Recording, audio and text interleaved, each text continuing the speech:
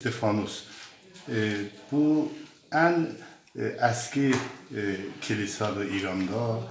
1200 ila 1700 bundan önce burada kurulu. Başka kiliseler İran'da var ama bu en Kadim. kadim, eski evet, kilise. Bu kısmındaki görürsünüz burada bir nur gelir.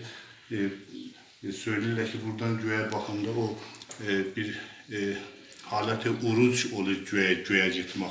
Yani göğlere Uçmak, evet. Onun o anlamı var. Ellerinizi açanda bu şekilde aşağıya baksanız bu şekilde ellerinizde haleti uçmak var. Bu kanat. kanatları uçurlar o şekilde olur. Evet. Bunun o anlamı var. Evet. Bura istesem çoktan size anlatayım. Olur. Bura Qacarlar dövləsinə gəlibdən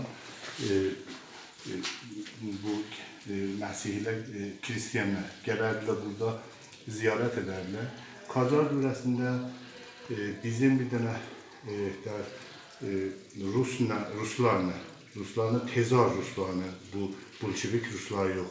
Yani Lenin'den bu tarafa yok. Lenin'den önce Çarlıq Rusiyası. tezar diyorlar onların tezar bir hanedan ile tezar evvel tezar doğum mesela ikinci, üçüncü bu şekilde.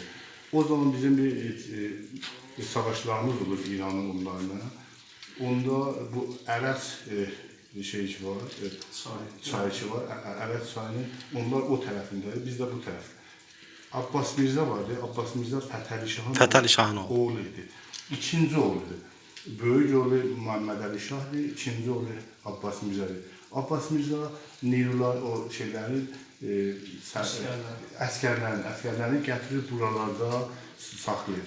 Buralarda evet. Eğitim verir. Burada geceler mesela yemek yiyirler. Seherler böyle gelirler. Savaşa. Burada çok müddetler onlar kaldı. Sonunda gelipler bu tarafta bir başka bir yer var. Zülfan'ın şey tarafı, doğu tarafı. Bəli. Orada da bir tane hamamları var. Qələsi də var, hamamı da. O hamam İran'da Behlərin hamamıdır. Sonra saxlıdır, balıqdır. Uzaqdır, ona görə çox şeydən. Oranı da görə bilərsən. Abbas Mirza orada da kələsi var. Kələsdə savaşlarda əsgərlərini toplayırdı orada. Buranı 20 yıl olmaz ki bu şekilde restorasyon demekle, evet.